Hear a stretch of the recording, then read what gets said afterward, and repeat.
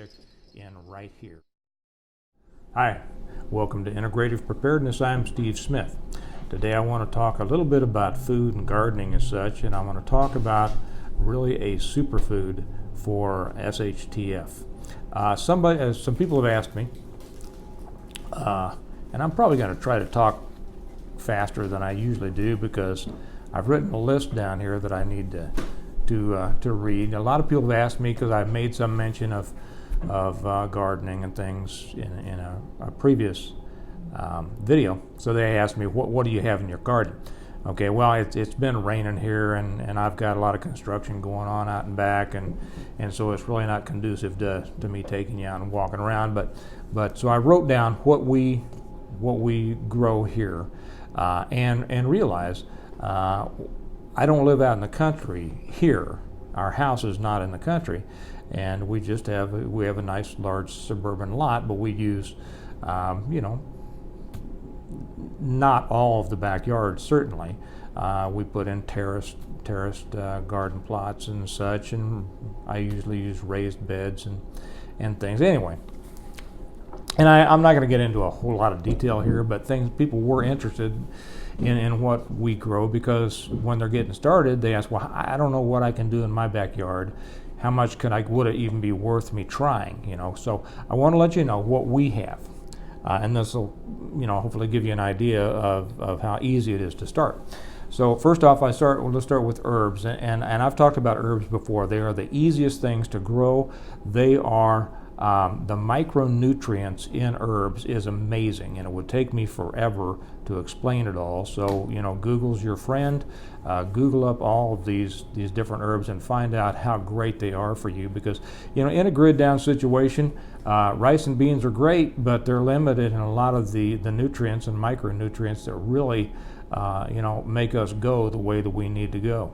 So the herbs that I grow out here are rosemary, basil, both sweet basil and purple basil, Italian oregano, Greek oregano, sage, lemon balm, cilantro, Italian flat parsley, curly parsley, and thyme. It seems like I missed a couple, but that's enough for you an idea.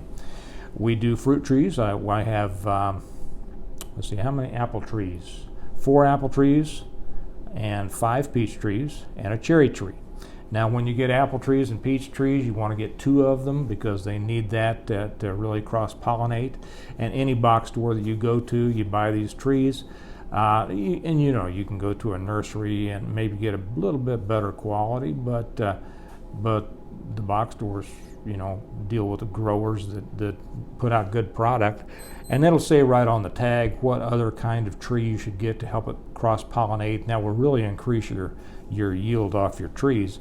And this year, our apples and peaches are just going great.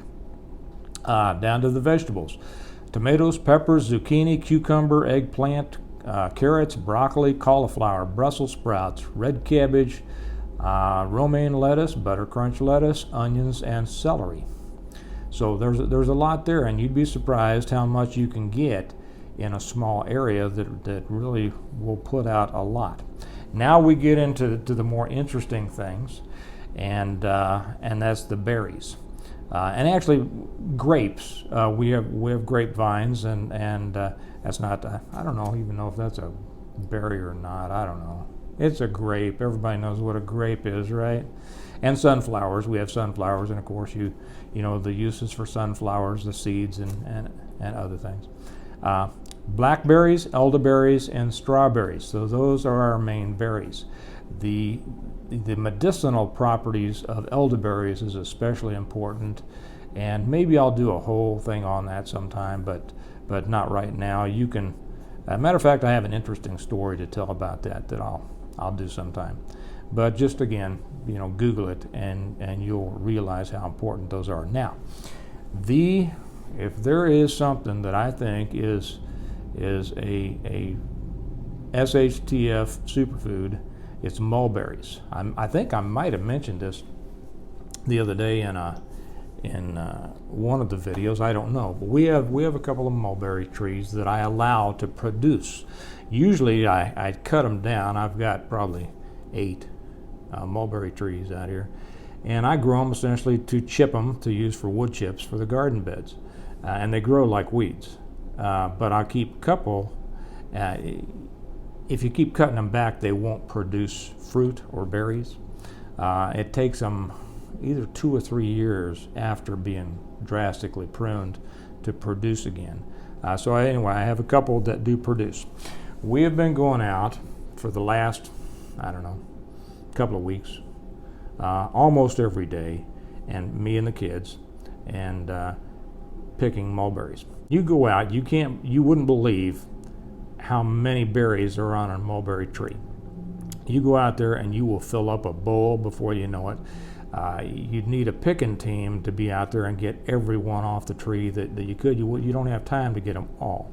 And once you get all of those good dark purple ones, which I think taste better than blackberries. Now they're very small, but I think they taste better than blackberries. Once you think you've got them all, you'll turn back around and you'll see a whole bunch more that you didn't see before because they were on the other side of the branch, and you keep on picking. And once you get all those, you go in, take care of them. The next day, you go back out and there's just as many ready again. Every day they keep producing, or actually the red ones will turn purple. And you only have a small window with mulberries. They produce about 3 or 4 weeks in the springtime, and you got to get them before the birds get to them. But they are the most, I don't know, if I've eaten anything better than a mulberry, I can't remember what it was. So anyway, so today I went out and picked a bunch, and I just wanted some. I decided that I'd make up some mulberry. I wouldn't call it jam, I wouldn't call it jelly. I just pick them all, I put them in a pan. And the interesting thing about mulberries is they have a little stem on them that's just hard as can be. It takes you forever to get it off, so I don't even pick them off. I throw them all in a pan with some water, and I start cooking them. Start simmering them for a couple of hours, and they just come down. I put a little sugar in them because, everything's good with sugar, right? And cook them and simmer them for a couple of hours. And those stems get nice and soft, and you don't even notice them when you spread the spread on your, whatever you're going to put it on. I did throw a little cornstarch in it just to thicken it up a little bit, but I want to show you what I did today. These two that I put in today, and I won't say put up, and this isn't really canning. I just put them in jars. Yeah, this is a ragu jar because I like to save everything. You can put a lot of things in ragu jars. But once I made that up, it was just the best looking jam-like stuff you've ever seen. And this is just about one day's picking. Now I'll get back out there tomorrow and we'll get a bunch more and a bunch more.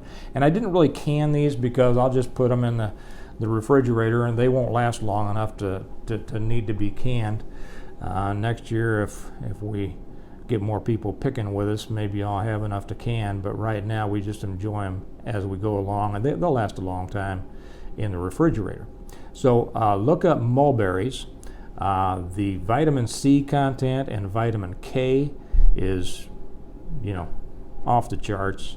And if there is a superfood for SHTF, it's a mulberry. And you can see these things growing wild all over the place. So keep your eyes open. You can look them up if you don't know what they look like. And to me, they taste better than blackberries. So that's my recommendation.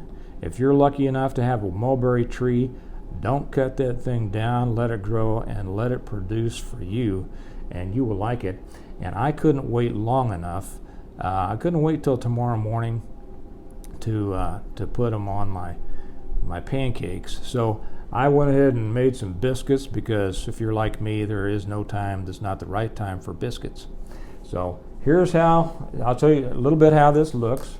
I'll ask my director to pan or tilt down here or whatever so you can see this. And of course those biscuits have butter all in them and soaking into them because Paula Dean and I both think that you can't have too much butter.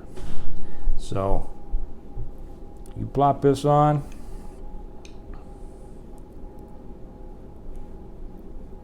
And I'm going to eat all of this right now, but I'm not going to let you watch me because I'm afraid that you'd get jealous.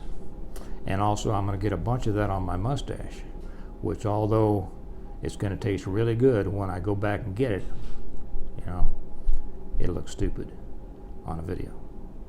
So with that, remember all those things. Remember how much you can get done in just a small area. Your fruit trees and your berries are perennials. They'll keep coming back and coming back and coming back. And berries are some of the most nutrient-rich things you can get. So with that, thanks for being here, and I remind you that we prepare well today in order to live well tomorrow. And thanks, and I'll see you later. Bye-bye.